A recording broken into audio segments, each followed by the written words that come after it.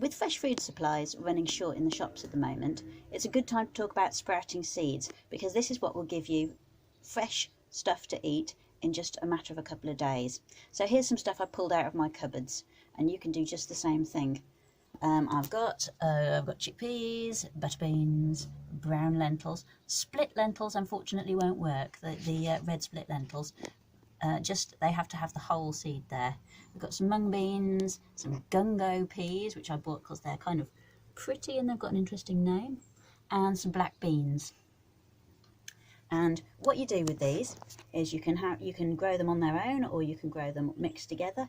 So what I've got today, I've put some in a jam jar. Now you'll notice this is a stupidly excessively sized jam jar. You do need quite a biggish jar because they swell up ever so much.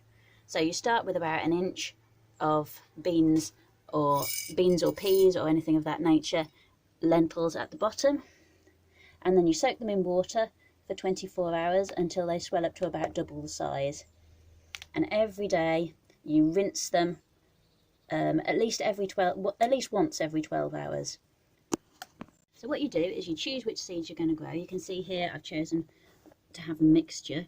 They'll all have different flavours, so it's worth trying them out one at a time as well. So that's the whole lot that I could find in my cupboards. And you soak them in water for 24 hours until they've doubled in size, and then you grow them on in the jar. So what I'm going to be doing is every 12 hours, an absolute minimum, I'm going to be swilling them with fresh water and letting the water drain out the top. Now some people like to put a bit of muslin over the top.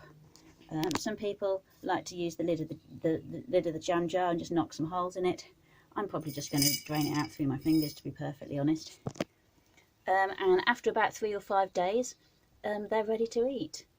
You'll notice that the hulls from the seed, the coating on the seed, will start to swim off by that point, and that's one of the signs that they're ready. Give them a bit of a swill, because those coatings aren't particularly tasty.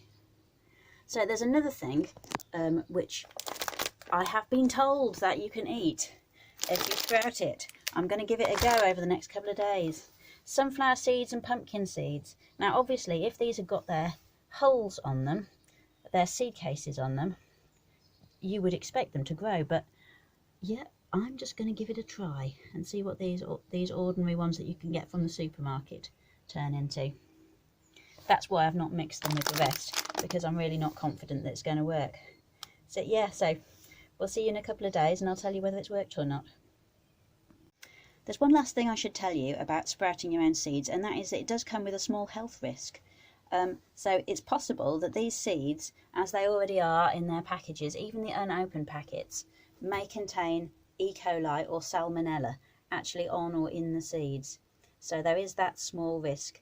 It's not necessarily something to do if you've got a compromised immune system.